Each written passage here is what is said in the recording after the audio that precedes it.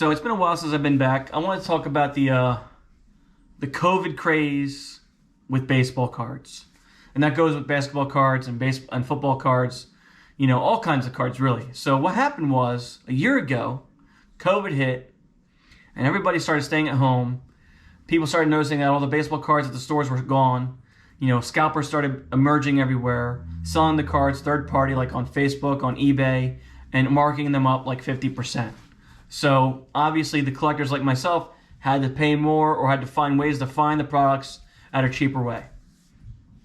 Still very expensive. But is the craze going away with COVID dying? That's the question. COVID is dying. There's no doubt about it. 100 million Americans have now had their first dose. Obviously, they're opening it up to like 16 and above in a few weeks. So we're going to see everybody in America vaccinated pretty soon. Pretty much most of the people anyway. And then we're going to see everything opened back up fairly soon.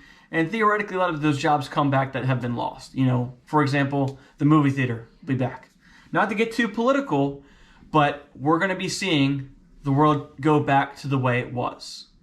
And the question becomes, does this happen? Does this change baseball cards? Does this change basketball and football cards as well? What's going to happen with the craze? Is it the right time to sell right now, or should I keep holding? That becomes the question. Is right now the time to sell because everybody's still at home collecting, or is it going to be going good in the future?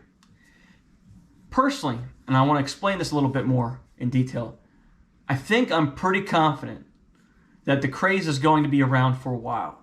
If you're one of those people that you're worried about, you know, your card hitting the max value right now, and in 6 months from now, things dying back down, I don't think you have to worry. And here's why. Back in 2017, okay, maybe in 2016, I remember searching Mike Trout rookie cards, okay? Specifically, the 2011 update. In 2013, I bought that card for $25. In 2017 or 2018, I sold that card for $325. I then bought the gold version of it that same year for $375, and only a year later sold that one for $530. Just imagine if my smart self bought both of them and sold them all now. Anyway, you can obviously see that the card went from $25 in 2013 and just completely skyrocketed every single year, almost another $100 more. And right now, we're you know, you almost see it double in price every year, is more like it. And right now, that card, that base card, is worth at least $1,000, you know, and almost $2,000 mint. So is the craze going to go even higher? I believe so. Is it going to go keep doubling? I can't say for sure if it's going to keep doubling, but I do think some cards may have leveled off, you know, and I do believe that some cards may raise less than exponential like they have in the past, but I do not think by any stretch that this is over, because this didn't start with COVID. People only realized it with COVID. COVID was like pouring gasoline on the fire. The fire was already lit, okay? Now the gasoline is there, and we're burning down the house right now, and it's a slow burn. It's probably not the best analogy, but I think we have several years of this left. So what's happened is people my age, you know, you and I, you know, the 35 to 50-year-old people, we all have these steady, maintaining jobs right now. And this is the Gary Vee effect that he's talked about. We're all back into collecting cards. We're all trying to get those cards that we wanted when we were younger. And oh, by the way, we're interested in getting the cards of today. You know what I mean?